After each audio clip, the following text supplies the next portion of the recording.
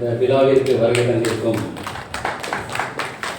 அன்பும் பண்பும் நிறைந்த பத்திரிகை மற்றும் ஊடக நண்பர்கள்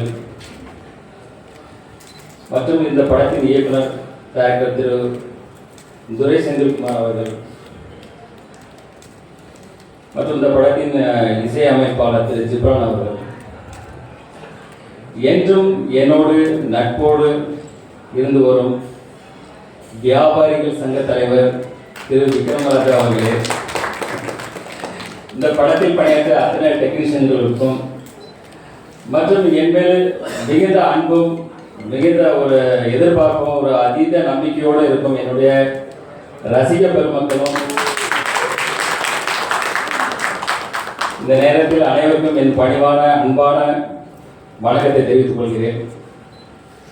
லீடர் இந்த படத்தோட டைட்டில் பார்த்ததும் எல்லாருக்கும் என்ன படம்னா, இது ஒரு அரசியல் சார்ந்த படமா இல்லை இது ஒரு எந்த மாதிரி படம்னு ஒரு ஃபர்ஸ்ட் ஒரு கொஸ்டின் வரும்.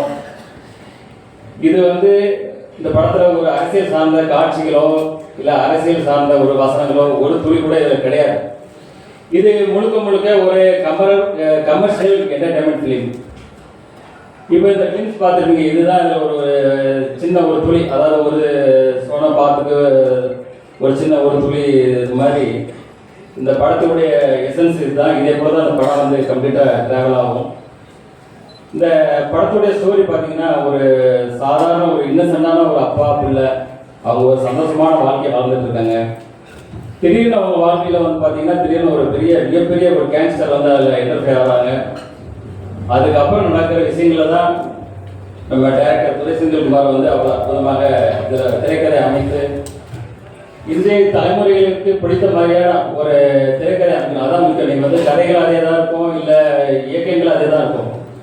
இந்த திரைக்கதை அமைக்கிறது தான் இன்னைக்கு ஒரு சவாலான விஷயம். இன்றைய ரசிகர்களுக்கு திரைக்கதை பிடிக்கிற மாதிரி அவ்வளோ துல்லியமாக, அதாவது படம் ஆரம்பம் முதல் கடைசி வரை ஒவ்வொரு இன்ச் பை இன்ச்சு ஒவ்வொரு ஃப்ரேம் பை ஃப்ரேம் நம்ம துரை செந்தில்குமார் அவர்கள் டைரக்டர் அவ்வளோ அழகாக செதுக்கியிருக்காங்க.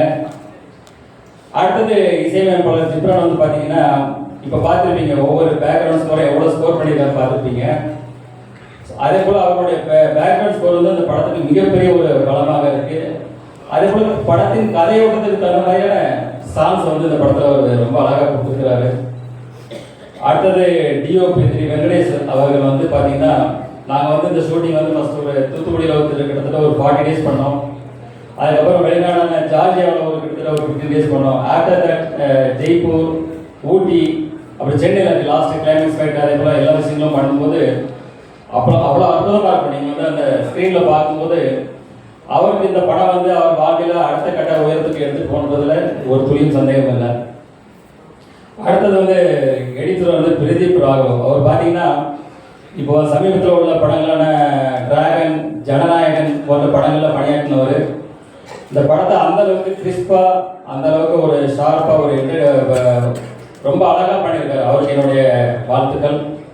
அடுத்தது ஆர்ட் டைரக்டர் துரைராஜ். அவர் பார்த்தீங்கன்னா, இது செட்டாக இல்லை நிஜமாகவே அப்படி இருந்தான்ற அளவுக்கு தான் ஒரு வியப்பாக இருக்கும். அந்தளவுக்கு ஒரு யதார்த்தமான ஒரு செட் அமைச்சு அவர் சிறப்பாக பணியாற்றியிருக்காரு. அவருக்கு என்னுடைய வாழ்த்துக்கள்.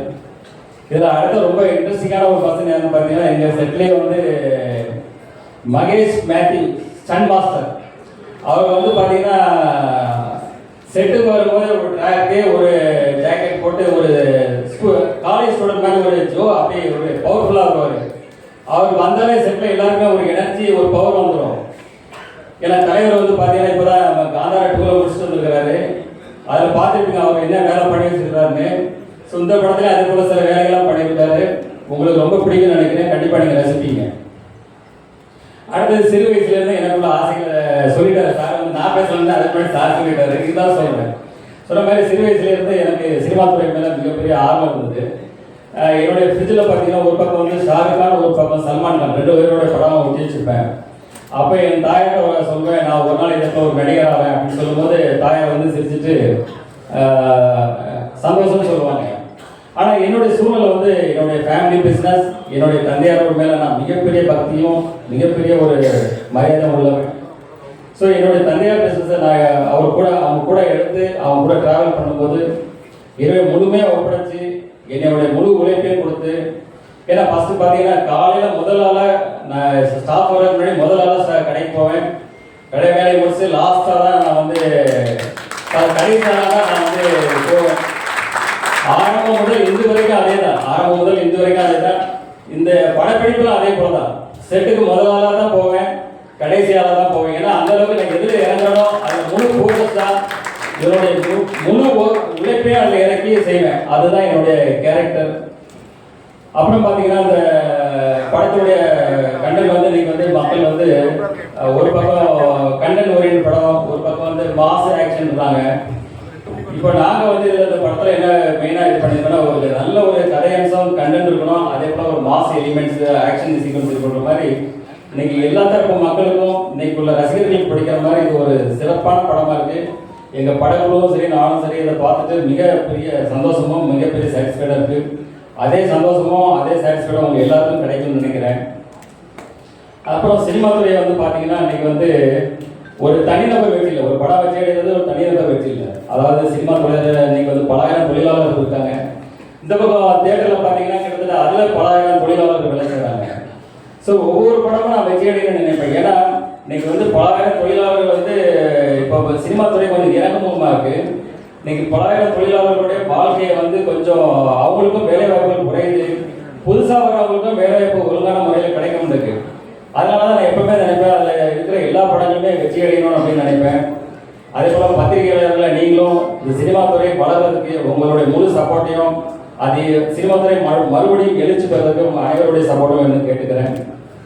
இந்த படத்தினுடைய சிங்கிள் வந்து வர்ற 14ஆம் தேதி காதலர் தினத்தன்று முதல்ல இதை வெளியிடுறோம், முதல் சிங்கிளை.